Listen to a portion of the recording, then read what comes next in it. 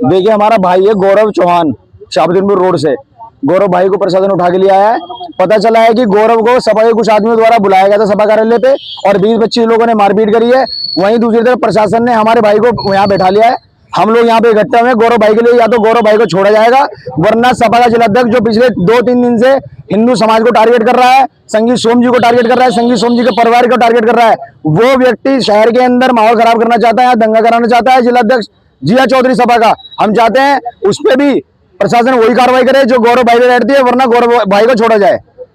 अगर छोड़ा नहीं जाता तो अगला कदम हम लोग यहीं बैठेंगे, धरना प्रदर्शन करेंगे। अगर जिया चौधरी नहीं आता यहाँ पे जिलाध्यक्ष उसके ऊपर प्रशासन कार्रवाई नहीं करता तो हम लोग यहाँ से हटने वाले बिल्कुल नहीं है। वरना या तो जिया चौधरी को थाने में लाया जाए या गौरव भाई को छोड़ा जाए। हमारी दो चीजें हैं, दो मांगे बस। दरअसल उसको पता लगा कि किसी ने बुला लिया महावीर चौक पे और वहां पे सपा कार्यालय से कुछ व्यक्ति आए और उसके साथ वहां पे बदतमीजी करी। वो अपने घर पे चला गया, वहां से पुलिस प्रशासन उसको उठा लाया। आज इसी सिलसिले में यहाँ पे है कि क्या तो उसको छोड़ा जाए, वरना जिनने बदतमीजी करे वो समाजवादी का जिलाध्यक्ष है जो 2 दिन से रोज टारगेट कर रहा है। कल उसने दफ्तर में बैठ के अपने एक इस पे अलग तरीके से बयानबाजी की है।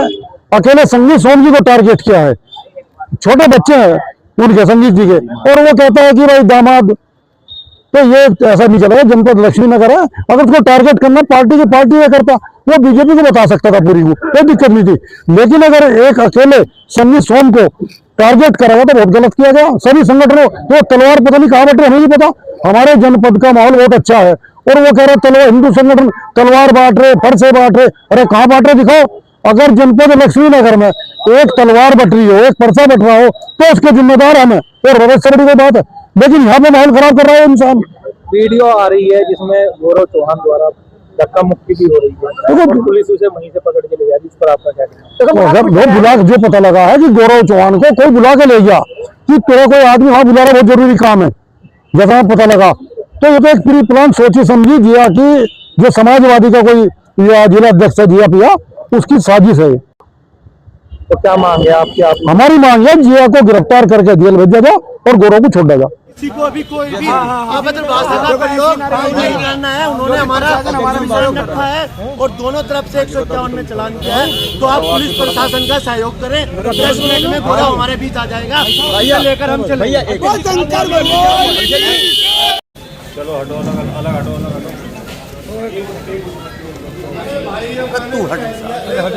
अरे चलो ना।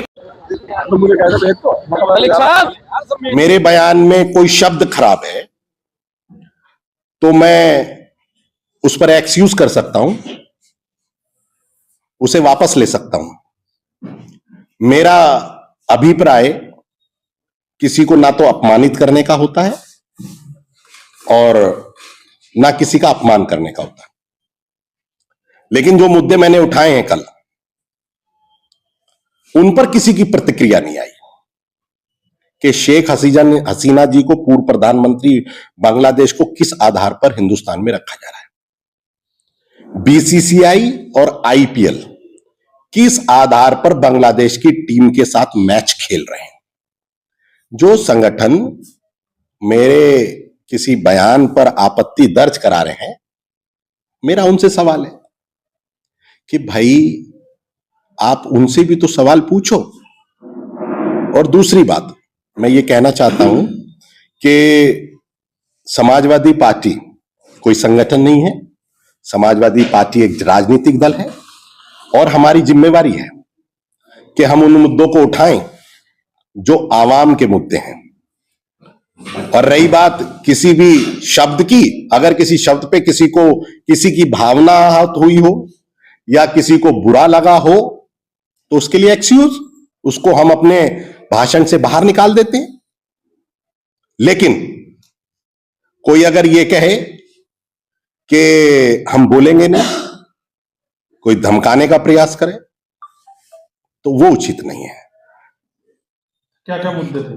कल मैं आपको बता रहा हूं, मेरा मुद्दा था कि देश के अंदर सबसे बड़ा मुद्दा यह है कि अभी जो हमारा पड़ोसी मुल्क है बांग्लादेश, उसमें अल्पसंख्यकों पर वहां के बहुसंख्यकों ने अत्याचार किया, कई लोग मारे गए, उनके प्रति समाजवादी पार्टी की संवेदनाएं हैं।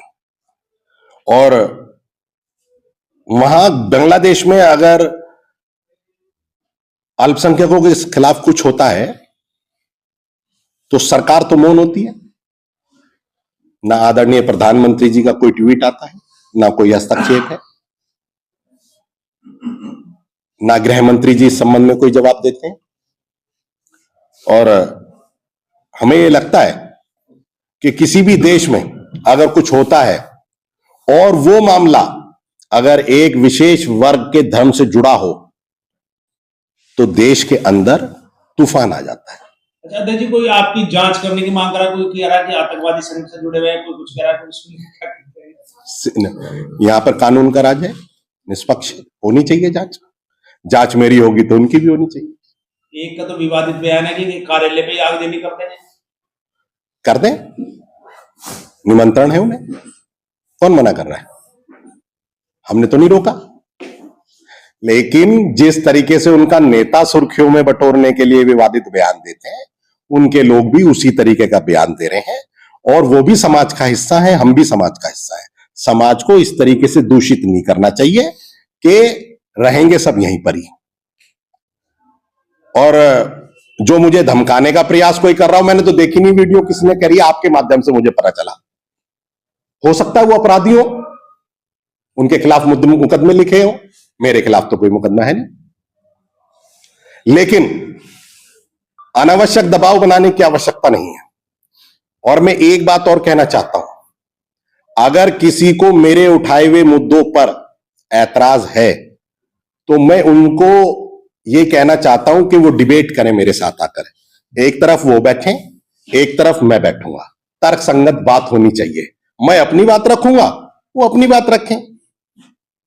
अगर मेरी कोई गलत बात होगी तो वो वहीं होनी चाहिए मौके पर, लेकिन डिबेट करें।